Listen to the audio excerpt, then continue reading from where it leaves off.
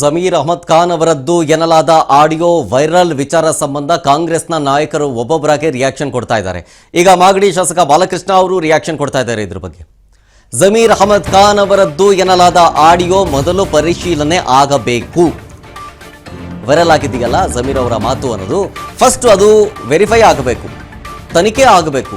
ಅವರದ್ದು ಹೌದೋ ಅಲ್ವೋ ಅಂತ ಮೊದಲು ಪರಿಶೀಲನೆ ಆಗಬೇಕು. ಅದರ ರಿಸಲ್ಟ್ ನೋಡಿಕೊಂಡು ಅದರ ಮೇಲೆ ಮುಂದಿನ ಕ್ರಮವನ್ನು ಕೈಗೊಳ್ಳಬಹುದು. ಅಲ್ಲಿ ತನಕ ಏನು ಆಕ್ಷನ್ ತಗೊಳ್ಕೊಳ್ಳಾಗತ್ತೆ?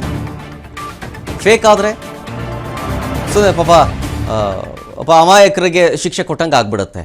ಹಾಗಾಗಿ ಸ್ವಲ್ಪ ಕಾದು ನೋಡೋಣ, ಪರಿಶೀಲನೆ ಆಗಲಿ ಹೀಗಂತ ಬೆಂಗಳೂರಲ್ಲಿ ಮಾಗಡಿ ಬಾಲಕೃಷ್ಣ ಅವರು ರಿಯಾಕ್ಷನ್ ಕೊಟ್ಟಿದ್ದಾರೆ ರಾಜ್ ನ್ಯೂಸ್ಗೆ.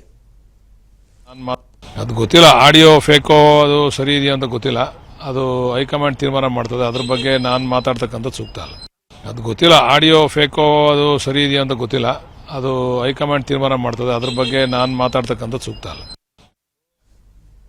ನೋಡಿ, ಪ್ರಮುಖವಾಗಿ ಗಮನಿಸಬೇಕಾಗಿರೋದು ಜಮೀರ್ ಅಹಮದ್ ಖಾನ್ ಅವರ ಈ ಒಂದು ಆಡಿಯೋ, ಅಂದರೆ ಅವರು ಮಾತಾಡಿದ್ದಾರೆ ಅನ್ನಲಾದಂತಹ ಈ ಒಂದು ಆಡಿಯೋ ಈ ಸಂದರ್ಭದಲ್ಲಿ ಯಾರು ರಿಲೀಸ್ ಮಾಡಿದ್ರು?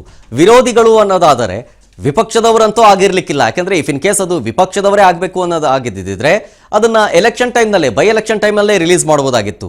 ಆದರೆ ಸಚಿವ ಸಂಪುಟ ಸರ್ಕಸ್ನ ಸಂದರ್ಭದಲ್ಲಿ ರಿಲೀಸ್ ಮಾಡಿದ್ದಾರೆ ಅನ್ನೋದಾದ್ರೆ ತಮ್ಮದೇ ಪಕ್ಷದ ಯಾರೋ ವಿರೋಧಿಗಳು ಮಾಡಿದ್ದಾರೆ ಅನ್ನುವಂಥ ಮಾತು ಮೇಲ್ನೋಟಕ್ಕೆ ಸ್ಪಷ್ಟ. ನೋಡೋಣ ಹೈಕಮಾಂಡ್ ಏನು ಡಿಸಿಷನ್ ತಗೊಳ್ಕೊಳ್ಳುತ್ತೆ, ತನಿಖೆಯಲ್ಲಿ ಏನು ಗೊತ್ತಾಗುತ್ತೆ ಅನ್ನೋದನ್ನ.